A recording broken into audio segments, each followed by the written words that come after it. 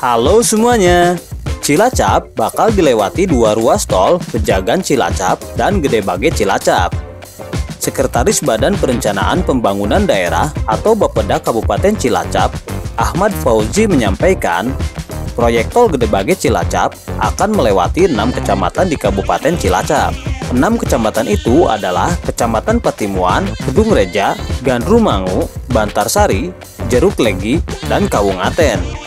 Oke, sebelum lanjut ke bahasan, kita mau ngingetin lagi nih ke kalian.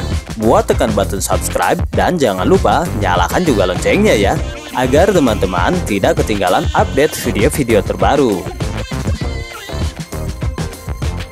Ada 10 desa di 6 kecamatan itu yang akan dilewati jalur tol Gede Bage Cilacap, katanya saat ditemui tribunbanyumas.com Senin 2 Maret 2020. Ahmad Fauzi menambahkan, sampai saat ini proses pembangunan tol Gede Bage Cilacap sudah disosialisasikan kepada warga yang terdampak pembangunan tol. Jasa Marga sudah mengundang masyarakat desa yang dilewati tol di pendopo Kecamatan Jeruk Legi, membahas kerangka awal dan izin lingkungan, kata Fauzi.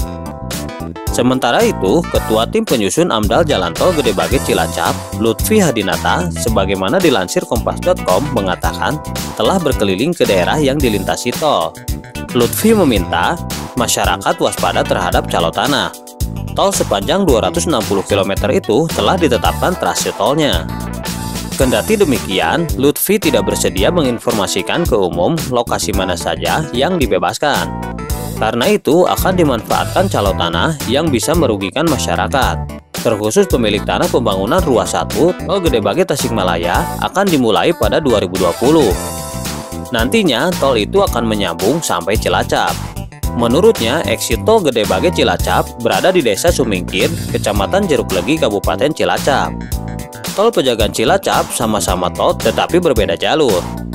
Tol Pejagan Cilacap diperkirakan pula akan melewati 3 desa di Kecamatan Jeruk Legi, Kabupaten Cilacap. Ketiga desa itu adalah Desa Lebeng, Jambu Sari, dan Sumingkir. Pemerintah pusat masih ada beberapa alternatif karena belum final. Seumpama titiknya di situ, kemudian masyarakatnya tidak kondusif, rutenya bisa diubah, katanya saat ditemui tribunbanyumas.com Senin 2 Maret 2020. Fauzi menambahkan, pemerintah pusat bisa mengubah rute apabila dalam proses pembebasan tanah harga jadi mahal. Perundingan dengan masyarakat setempat sulit mencapai kata sepakat, sehingga pemerintah perlu menyiapkan beberapa alternatif lain untuk mengantisipasi kejadian tidak kondusif di lapangan. Sampai saat ini, pembahasan pembangunan tol sepanjang 125 km itu telah melibatkan Pemkab Cilacap, Banyumas, Purbalingga, dan Brebes. Beberapa waktu lalu telah dilakukan pembahasan di Kementerian PUPR di Jakarta, tambah Fauzi. Pertemuan di Jakarta itu membahas rute tol di Banyumas dan Purbalingga, karena kaitannya dengan adanya bandara di Purbalingga. Sementara itu, Kabupaten Cilacap tidak masalah. Pemerintah Cilacap menyetujui eksit tol berada di Desa Sumingkir. Titik eksitnya kita berharap tidak terlalu dekat dengan kota. Kalau eksitnya di kota, nanti terlalu ramai. Kalau di kota terlalu ramai, kan repot, tidak bisa mengembangkan wilayahnya. Di Sumingkir sudah tepat, ungkap Fauzi. Fauzi memperkirakan pembangunan tol Pejagan Cilacap akan dimulai pada 2024, karena membutuhkan banyak persiapan seperti pembebasan lahan dan izin lingkungan. Semua persiapan itu dilakukan pemerintah pusat. Pemerintah daerah menerima manfaatnya saja, pungkasnya. 4 kabupaten sebelumnya telah diberitakan tribunbanyumas.com simpang siur jalur tol yang melintasi Banyumas sudah cukup terjawab. Jalan tol yang melintas di Kabupaten Banyumas akhirnya kemungkinan besar akan melalui jalur Pejagan Brebes Timur atau Brexit Cilacap. Berdasarkan studi kelayakan, skor yang dinilai tinggi adalah rute Pejagan Cilacap. Tol Pejagan Cilacap akan melewati Kabupaten Brebes, Tegal, Banyumas, dan Cilacap. Namun dari wilayah Kabupaten Banyumas terdapat jalur keluar lanjutan atau exit tol atau percabangan menuju ke kota Purwokerto hingga ke Bandara Jenderal Sudirman di Purbalingga. Gambaran tersebut diputuskan dalam rapat koordinasi Kementerian Agraria dan Tata Ruang atau ATR pada Jumat 21 Februari 2020. Rapat tersebut melibatkan Jasa Marga, Kementerian PUPR, Dinas Bina Marga dan Cipta Karya, Bapeda Provinsi Jawa Tengah, dan 4 kabupaten yang akan dilewati jalur tol.